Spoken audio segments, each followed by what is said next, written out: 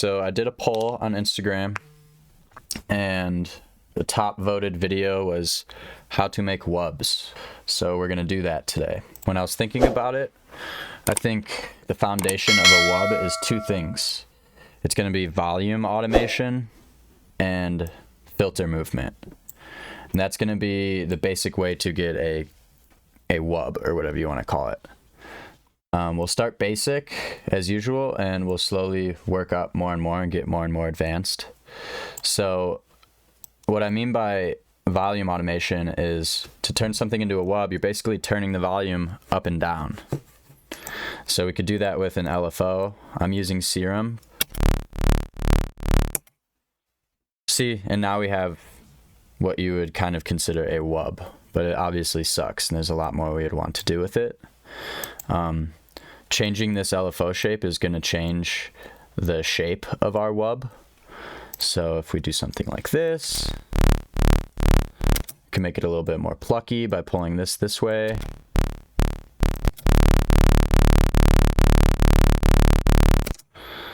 So there's that. Volume automation. The second thing is going to be filter movement. And this is where you could really start experimenting by using different filters and messing with all the settings within the filters. One of my favorites to use for wubs is low passes, because I feel like a lot of wubs, at least the ones I make, tend to be kind of low end, minimal dubstep kind of vibes. So if we put this same LFO on the filter, we get even more movement, more detail to our wub. Messing with the resonance, the drive, all that stuff. It's gonna get us a bunch of different variations. So the other things you can mess with are the wave shape that you're using. So I really like using square waves. They just sound so nice. And then changing the rate of our wub. I like to have triplets and dotted notes available, so you could get every type of variation within your rhythm. Really love triplets lately. Okay, so that's the basics, I guess, like the foundation of a wub. So you have some type of input signal. I like to use basic shapes. Like I said, square waves are probably my favorite. And then volume automation and filter movement are going to be the two things that really create a wub. Obviously, there's a lot more you're going to want to do to this to make it an interesting sound. So we'll go ahead and do that. As a bonus for the tutorial, I want to show you 3 different patches for creating different wubs or wobbles. The first one is going to be by using the add thirds wavetable under digital wavetables in Serum. We're going to want to apply an LFO to the level and to the wavetable position, and we'll dial it back and make it just automate the wavetable position a small amount. We'll enable triplets and dotted and go for a quarter note triplet pattern. We can give it a direct out sub and apply the LFO to that as well. Since we have a direct out sub, we're going to want to cut the low end on the wavetable. We can add distortion and a regular compressor to make this more loud and grittier. Can also add some white noise to make it more interesting. And then it's really going to be about finding the sweet spot with this wavetable position. Additionally, we could add a low pass filter and add the LFO to that as well, with some drive. Could add a little bit of resonance too. So that's one of my favorite wub techniques. The other one is going to be using a sine wave and FMing it with another sine wave.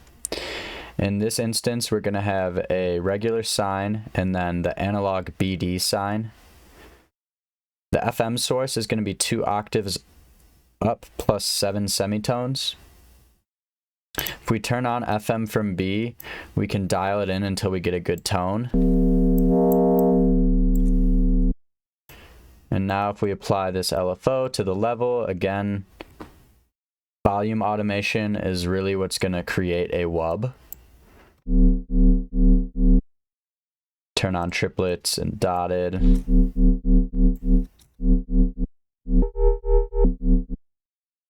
A low pass filter for more movement. As I said earlier in the tutorial, volume automation and filter movement is really what's going to shape your wub. We could add some white noise. And as usual, we'll distort and compress together.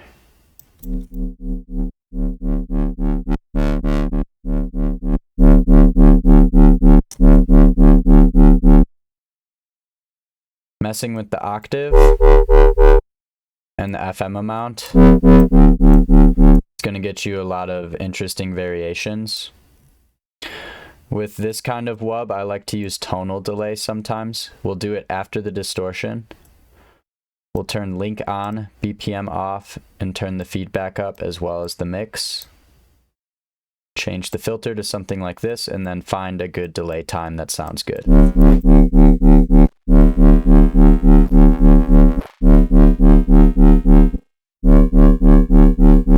Multi-band compression could sound good after the tonal delay.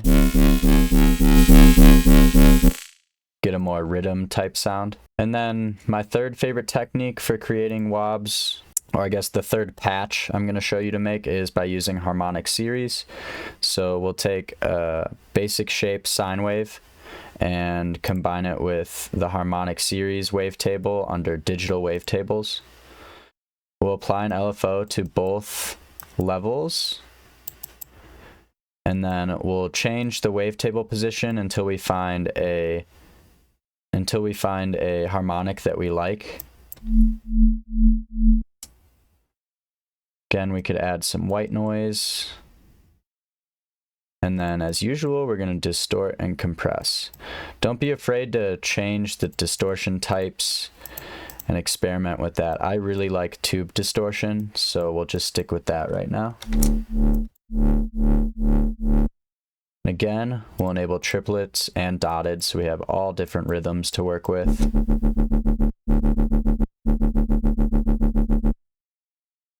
And messing with all the other effects in Serum. Don't be afraid to experiment. I'm keeping it simple just to get the point across.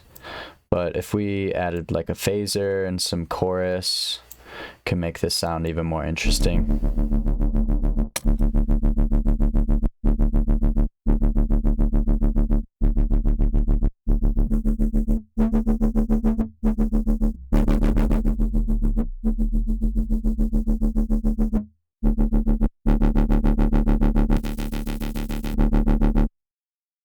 And then changing the octave and the wavetable position on the harmonic series is going to give us a bunch of different variations.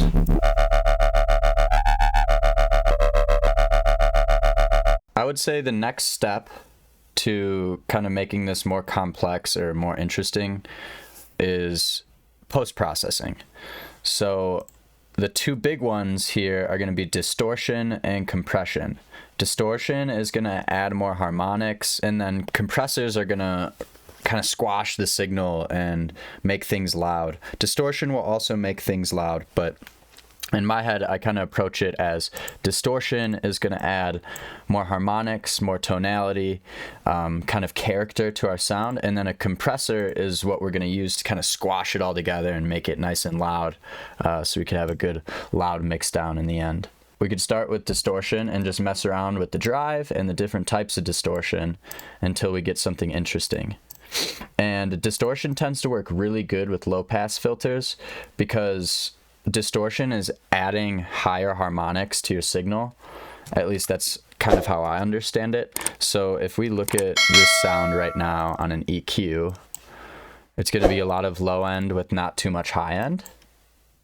Well, let me turn off the distortion first. So this is what we have right now. There's nothing up here, which it could be nice if that's what you're going for, but we're gonna take this all the way to an advanced level and try to utilize every tool we have. So you can see what happens to these harmonics as I add distortion.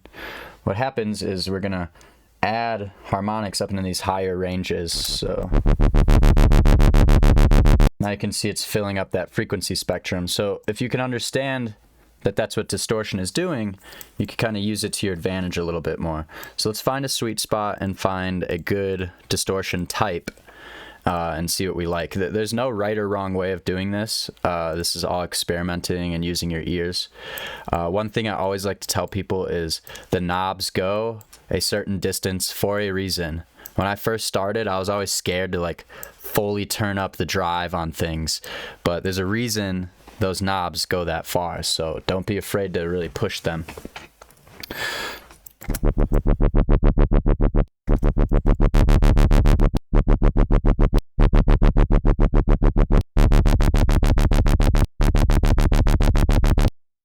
That sounds pretty nice. If we put an LFO on the drive, we can kind of make it a little bit more dynamic, a little bit cleaner.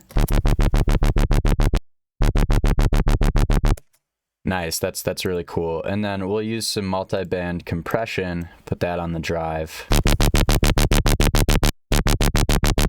Now it's starting to get a little bit too much high end for my taste, so let's maybe mess with the filter.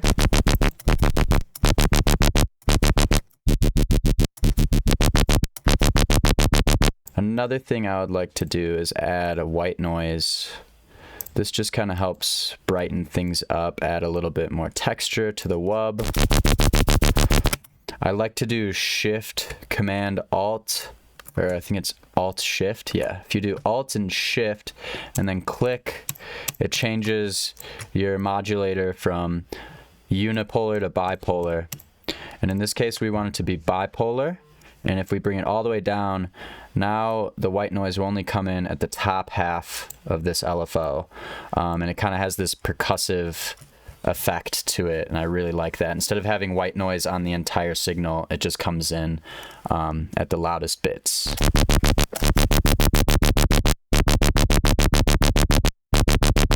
I'm thinking this distortion is a little too much. Let's go with something a little bit less aggressive.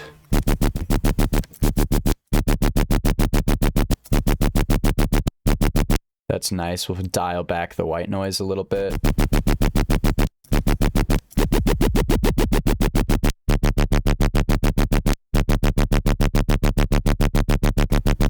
I like that. That sounds clean. Okay, and now the next thing I would do is I would add some space to the wub. Right now we have a mono signal, so what I mean by that is both the left speaker and the right speaker are playing the exact same thing. To make it stereo, we can use all sorts of effects. So real quick, let me just show you. We'll take an ozone imager so I can kind of demonstrate. I like visuals for learning. So I want to use them as much as possible for you guys. So right now you'll see our signal is directly in the middle because both left and right speakers are playing the same thing. So we have a mono signal. The way we can make it stereo is by using hyperdimension, and we could use chorus, delay, or reverb. I really like chorus. I think chorus is really clean, really subtle. I try to be subtle with my stereo effects because if you do too much, your sound could get kind of washed out, and then it will also sound kind of bad when you bounce it into mono. I believe a lot of club speakers are in mono, so you want to make sure your song sounds good both in mono and in stereo. A way I check that is I always have a utility on my master, and I have a key mapping set up so that if I hit Q, it turns the whole track to mono, and if I turn Q off, it goes back to stereo. Just a good quick little tip that I use. So now you'll see once I add this chorus that we're gonna have some stereo added on this imager. And now that's because the left and the right speakers are playing slightly different signals. Right now it's too much. As you could tell, it sounded a little washed out. So I like to use an LFO on the mix. Sometimes doing it before the compressor sounds better. And when it comes to making wubs and wobbles, whatever you want to call them, I like to keep them fairly mono. So I'll use a very subtle stereo effect and then just leave it at that. Like in this case, this would be fine. Just to review real quickly, the basics is going to be volume automation and filter movement. And then to make that sound more interesting, we can use distortions, compressors, and different types of stereo effects. So now I want to show you some more advanced techniques on how to make an interesting wobble or wub, whatever you want to call it.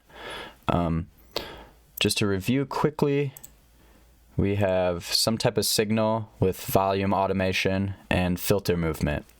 Once you get that, you can take it a step further, add some distortion, compression, and use some type of stereo effect to make your signal wide. And then once you have that, we could take this even further. We could kind of keep repeating that process of distortion, compression, filter movement, and stereo effects. One of my favorite plugins for this is Rift. So we're gonna go ahead and put Rift on this channel. And Rift is basically a super badass distortion unit. We have a lot of control over the distortion shape, so we can affect the positive end of the waveform and the negative end of the waveform with different types of distortion. So just that in itself gives you a lot of capability to make an interesting distortion, to add interesting harmonics to that sound. Because like I explained earlier, what distortion is doing is it's adding those harmonics. So that's really what's going to give our wubs grit and character. So I really love Rift because you get really, really interesting distortions. So let's just mess around, try to get a cool distortion and distort the sound even more. Nice. And if we hit this little knob down here, we can open up all the other effects. A feedback unit over here. We have a filter unit over here. What we're going to mainly use is the filter. So to kind of repeat that process we've already done, I'm going to put this filter on pre-mode. So that means that this filter is going to affect the sound before the distortion. So we're going to filter out some of the frequency spectrum that we don't like, and we'll kind of add it back in with the distortion. So let's take a curve and add it to the cutoff of this filter, so we can kind of get more movement in our sound. Let's go to triplet, eighth notes, eighth triplet.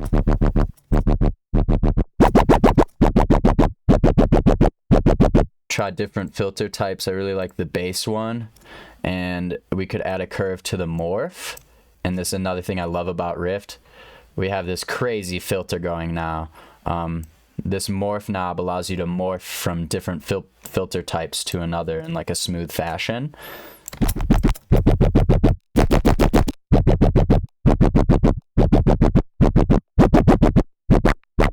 This is all about just finding a sweet spot. Oh, that sounds nice. Nice. Okay, so now let's mess with the distortion until we get something we like. I really like the white noise one and the growl one. In combination, they sound really nice together.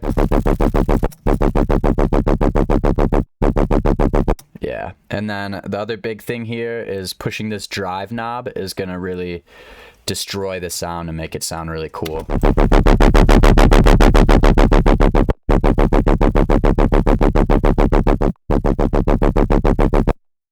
Okay, and then some more advanced, if you want to call it advanced, post-processing I would do is some multi-band compression to kind of flatten out the frequency spectrum. I'll cut out these low mids so it's not as muddy. Maybe boost the highs.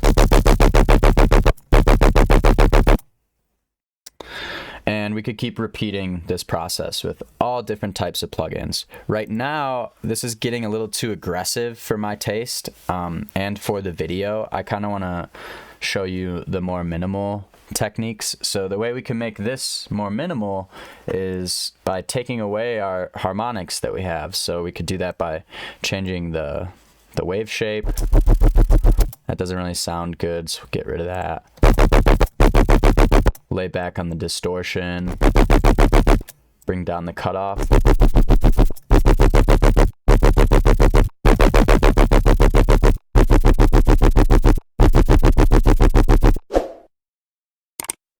Maybe not the white noise one. Let's try something different. Toasted.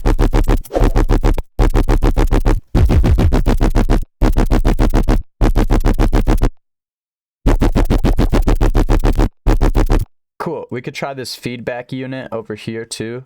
I would probably use some type of tonal delay. So we'll put this on free mode and put the milliseconds really low.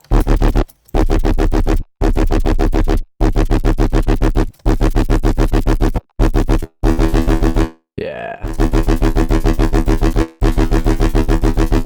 That's how you get more of like a rhythm type sound. We could try some FM. At this point, I'm just experimenting now, trying to make the sound more interesting.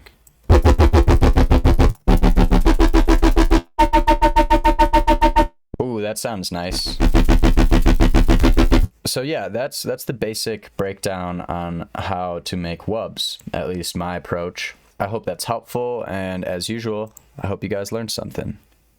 Peace.